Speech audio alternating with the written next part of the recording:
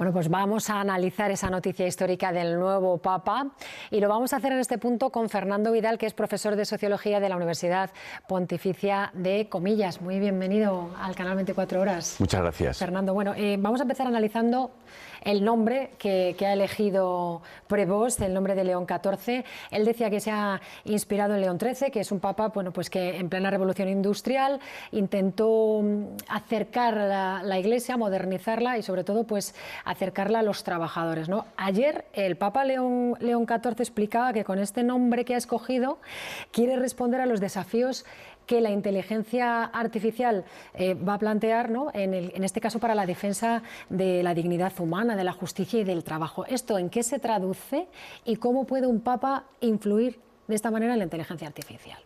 Bueno, de hecho, el León XIII se caracteriza por ser el gran papa social de la historia moderna, muy comprometido con una economía social, con una economía igualitaria, también con la activación de la ciudadanía. También fue el Papa que empezó la gran pastoral de los migrantes y también fue el que instituyó el Observatorio Astronómico, lo cual también implica un elemento de diálogo con la ciencia, con la razón.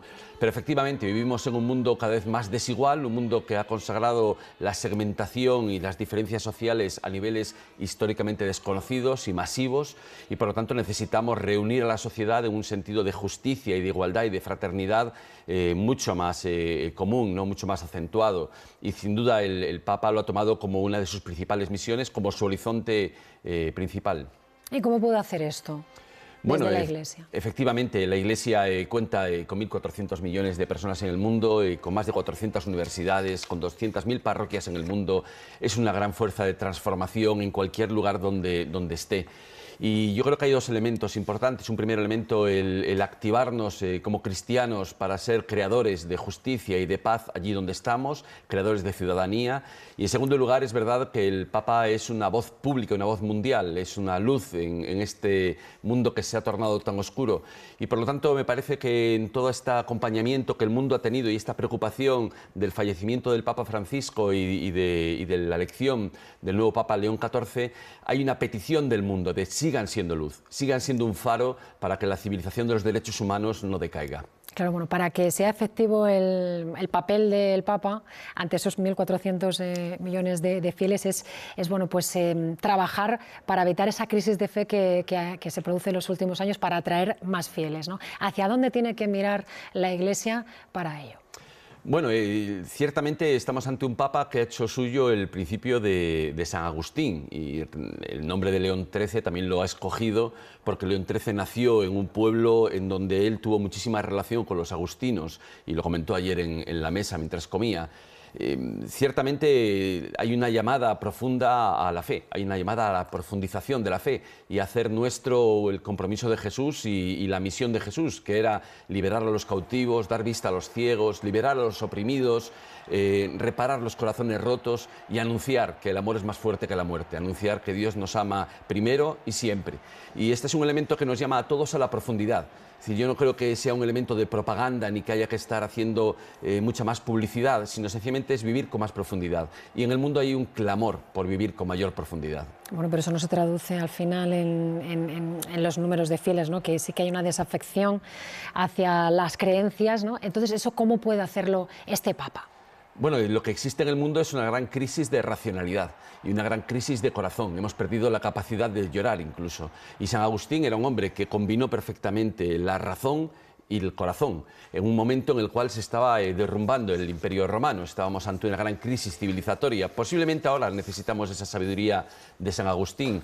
¿Cómo se puede hacer? Me parece que necesitamos diálogos de vida corazón a corazón, necesitamos comprender mucho más a fondo, necesitamos profundizar más, necesitamos también abrirnos a la esperanza, y a una esperanza de que el amor es la última respuesta del universo, el amor es lo más complejo del universo. Por lo tanto, como decía San Agustín, ama y haz lo que quieras.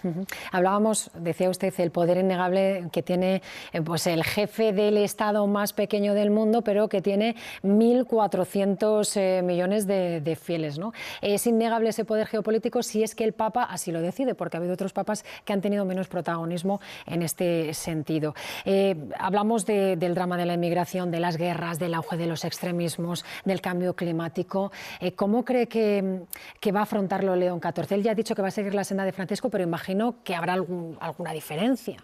Bueno, evidentemente hay diferencias de personalidad. Él mismo ha anunciado y ha dicho que tiene el modo del susurro, ¿no? No tanto el vendaval. Entonces Francisco ha sido un vendaval en la Iglesia y él evidentemente es un hombre pues, con una gran humildad, con gestos más sigilosos, más discretos, pero sin duda es un hombre de gran profundidad y un hombre de gran decisión.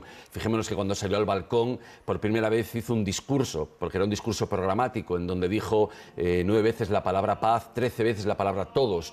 Ayer mismo en la comunicación a los cardenales también hizo un discurso programático de adhesión plena al Vaticano II y de profundización en el compromiso por la dignidad humana y la justicia allí donde sea necesario. Da la sensación de que quiere tenerlo todo, explicarlo todo muy bien para unir a esas dos corrientes que hay en la Iglesia y quizás ese sería uno de los primeros cometidos que tiene el Papa León XIV. ¿Cómo puede coser para que esas costuras no exploten en algún momento, no se rompan? Bueno, en la sensibilidad conservadora, la sensibilidad progresista, los que ponen más acento en la comunidad, en la libertad, en el espíritu, en la interioridad o en la exterioridad, son necesarias en la Iglesia. Son sensibilidades que nos hablan de preocupaciones o de tensores que al final levantan una gran tienda y que es necesario tener. Lo que es ilegítimo es que el tradicionalismo, el autoritarismo y el supremacismo compitan por controlar la Iglesia, porque frecuentemente ha habido demasiadas asociaciones con el poder y por lo tanto esa es una tentación continua y es antievangélico. Entonces lo que nos ha llamado León XIV claramente es una plena adhesión con el Vaticano II, a profundizar y a una sinodalidad que es vertical en el sentido de que acerquemos las curias a la gente para que podamos decidir de un modo mucho más común, y también una sinodalidad horizontal que nos una a todos, seamos de la ideología que seamos, tengamos las ideas que tengamos, seamos de las tendencias que seamos, tengamos las sensibilidades que tengamos. Entonces todos somos necesarios y quizás en nuestro mundo lo primero que tenemos que hacer